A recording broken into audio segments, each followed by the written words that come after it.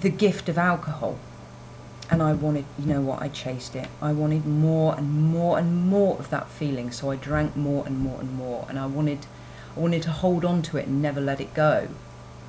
And that's when the demon had got me. That's the beast got me, and it wrapped me up in its claws, and it took my spirit. Then it took my soul. And you know, if you want to put a picture to it, or a sound, I could hear this demon laughing at its victory, because it got me. And that was just the beginning. That was the beginning of many, many years of complete chaos and destruction, trauma, emptiness, pain. And it was my beautiful friend, you know. It was my friend that I couldn't live without. It brought me relief and comfort, but with the condition that I accepted the absolute madness that came with it. And it was offering me promise of safety and peace, but every single time it did, it pulled the rug from under my feet and laughed at me as it did so. It's horrible, horrible, horrible. So how did I get to where I am now? It's simple. Because it broke me. There's only so long that your spirit can carry on, and your body can carry on without being completely broken. And it did, it broke me. And I reached my lowest bottom point. My heart was empty, and my soul and spirit was dying. My physical body was suffering, and the absolute emptiness that I felt was indescribable. On the outside, people looking at me thought I was functioning well, you know, bringing up my children, running my home. But on the inside, I was completely void of anything.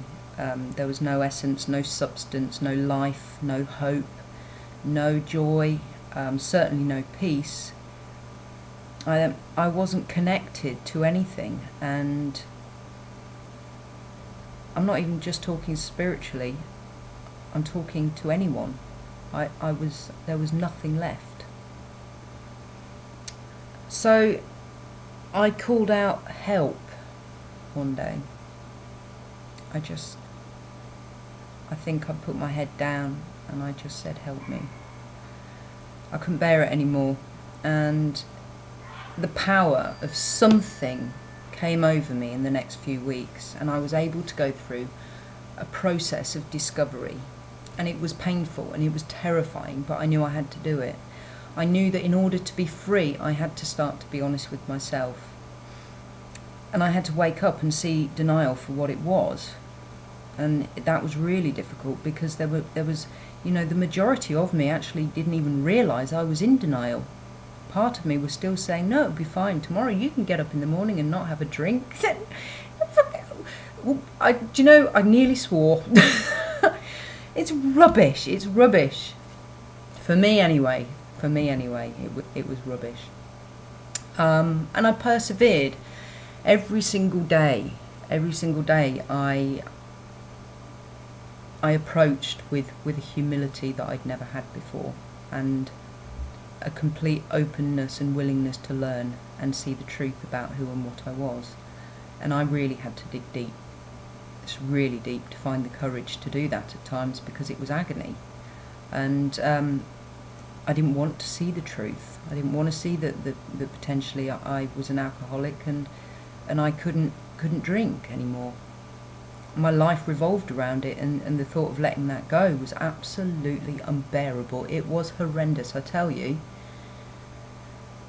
You know, but I did it, and I made it through, and the answers through my willingness to be aware and my trust in something so much bigger than me. The answers came really fast, and I was willing to see the truth and see the answers, and I took them into my heart.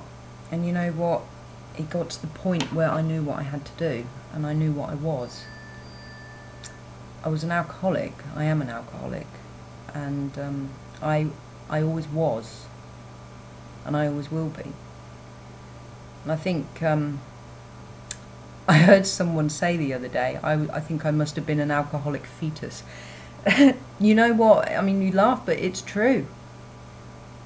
The first time I took that drink when I was 12 years old, I was hooked. It might have taken a while to progress to the point of me having to give up, but I was absolutely hooked. And let me tell you what you can gain by facing the truth and going through the process of discovery. You can gain complete serenity and peace, and a place in your heart that you never thought was possible. You can gain ambition, love, laughter. You know, one of the things I was always scared of is how can I ever laugh again? What will I ever find funny without alcohol? Believe me, I laugh now at things that aren't even funny. Come on. Mainly myself, actually. I laugh a lot at myself. It's... If you can find the courage to contact somebody, I'm not saying me, and you know, as I've said in my other videos, I'm not saying it has to be me, somebody else, but you know, to go through the process of really looking at yourself, you could find an incredible life. You really could. I promise you that. That is one promise I can make, that sobriety brings you. It's amazing. Okay, so I could plug my book here, but it's not ready yet. It's not finished. But you could watch this space. It's going to be an ebook, and it is going to be a workbook about working through the behaviours, thoughts, feelings, emotions, denial. There's many different things that you'll be working through, and it will take courage, and it will take commitment, perseverance, strength, and complete honesty. But if you can do it, and if you've got the guts, no, I know you've got the guts. It's not willpower, I know that. Okay, you know, contact me on coach@clearvisionslifecoaching.co.uk if you want to send me an email, or if you just want to find out a little bit more about me. Remember, the web address is www.clearvisionslifecoaching.co.uk, or you can come and join me on my Facebook page, where I post daily, and my blog posts are there as well. And it would be great to see you. It'd be great to, you know, for any feedback or any comments or anything at all. So I'm going to finish now, because I've just seen the time and it's 15 minutes I've been talking. So I hope I've not bored you. That's a little bit about me. That is Shelley Breakell, recovery coach.